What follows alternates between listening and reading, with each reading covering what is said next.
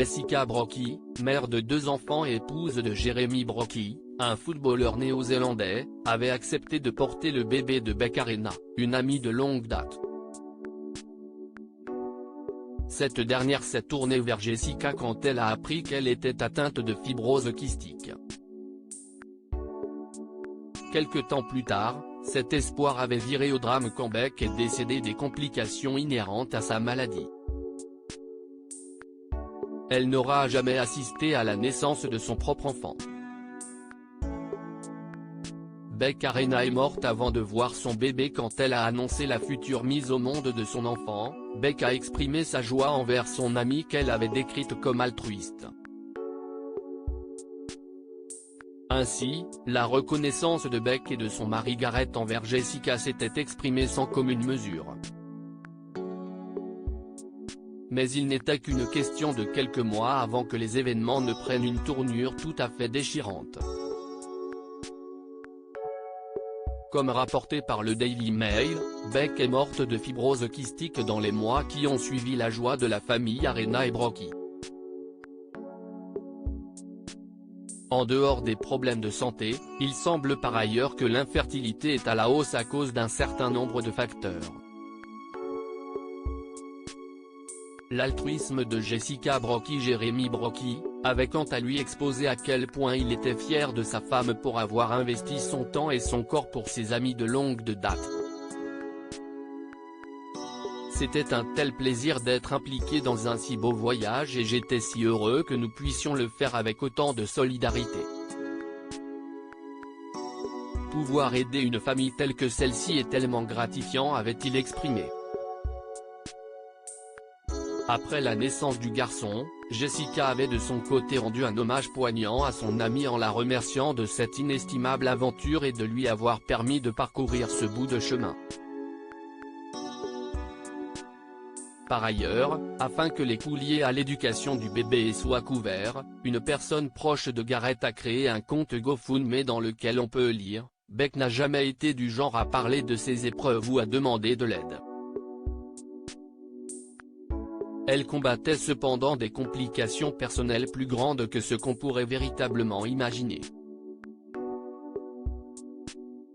Gareth est resté fort et devait faire face à d'indéniables difficultés financières et émotionnelles. L'altruisme de Jessica n'est pas un cas isolé. On peut observer cela chez certains cas de mères porteuses comme en témoigne une femme de 50 ans qui avait accouché du bébé de son propre fils. Les symptômes de la fibrose kystique chez l'adulte. Alors que les symptômes de la fibrose kystique ou mucoviscidose sont généralement d'ordre digestif chez les bébés et se traduisent par des sécrétions dans le nez et les oreilles chez l'enfant, il en est tout autre chez l'adulte.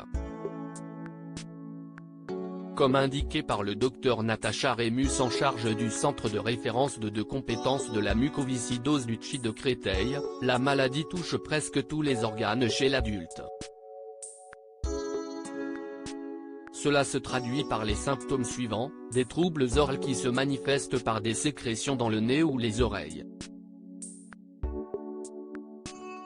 Dans certains cas, elles peuvent persister et provoquer des sinusites chroniques. Le corps peut émettre des sécrétions plus épaisses ou une hyperviscosité.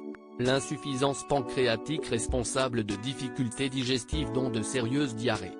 Des problèmes pulmonaires qui se traduisent par une certaine sensibilité aux bronchites et une toux persistante.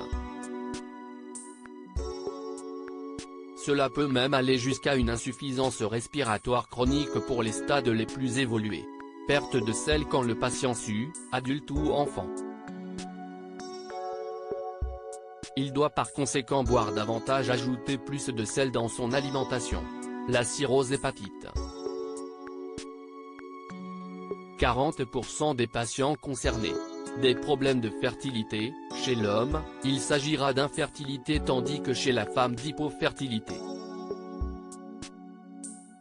Ce dernier cas de figure est provoqué par les sécrétions dans l'utérus et les trompes. Il devient plus difficile de traiter les patients plus âgés dont l'affection concerne notamment des douleurs articulaires et osseuses.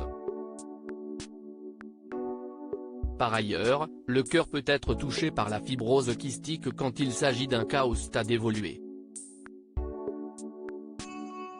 Il s'agit en outre d'une situation alarmante quand les signes suivants sont observés: de violentes douleurs abdominales, des crachats en sang, une déshydratation.